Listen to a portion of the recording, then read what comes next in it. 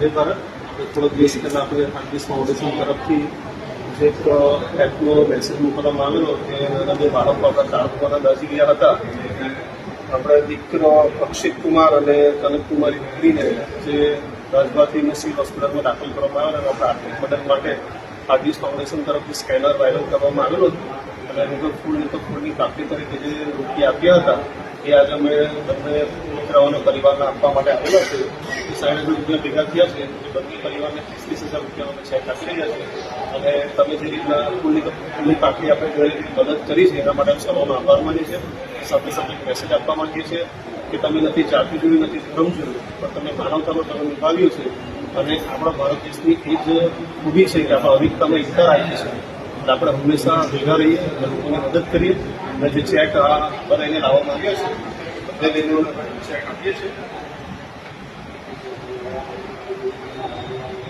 જેટલા પણ મદદ કરી તે સૌનો ખૂબ આભાર માનીએ છીએ. Thank you.